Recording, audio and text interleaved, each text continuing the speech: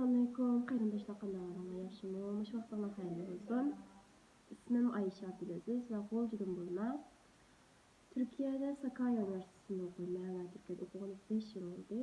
Tüvendime ailem doğunu kulağını vermekçiyim. Bu benim akam. İsmi Abdurrahman Abdülaziz ve bu yıl 30 yaşa kirdi. 2017 yılı 5. ayda atalmış terbiyeleş mektebiga 1 yıllık ögünüş kılıdı dep eketken ama ta hazırgacha 1 yıldan işip kaldı. Hiç qanday haberi yok akamdan. Nerede, nimiş kıvatıdı, qaysı hazırda hiç qanday haberim yok ve anlamayım. Bu benim dadam. İsmi Abdülaziz ve 60 yaşa kirdi. Adli bir ticaretçi.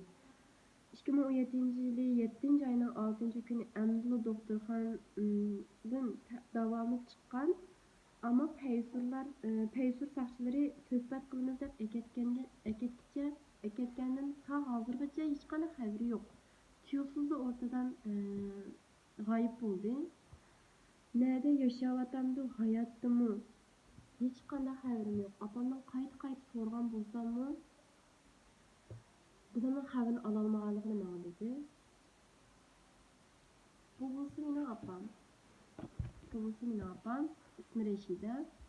Bu yıl 57'de yaş kirdi. Öy ayarlı.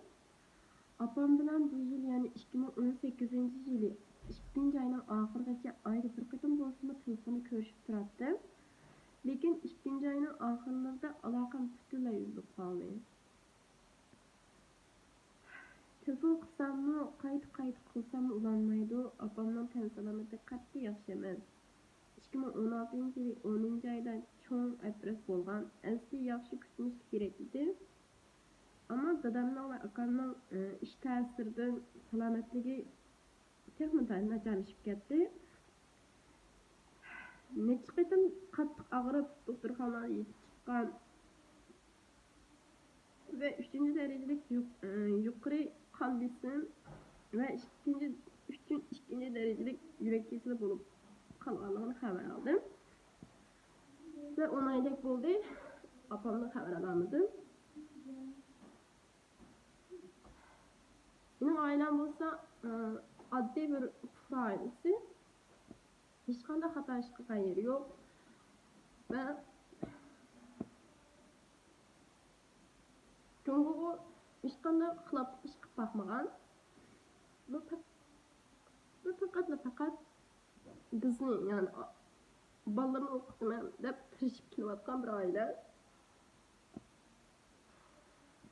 Ben şu münasebetlik organlardan ata-anamın kıyadligini, akamın kıyadligini yaşayavatamdı.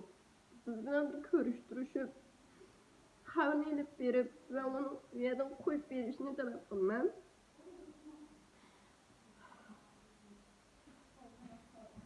Ben ailem bilen görüşüp ulanın haberini alacağım. Ben bu yoldan herkes vazgeçmeyim. Muş vaxtı ona hayırlı olsun. Allah'a emanet olun.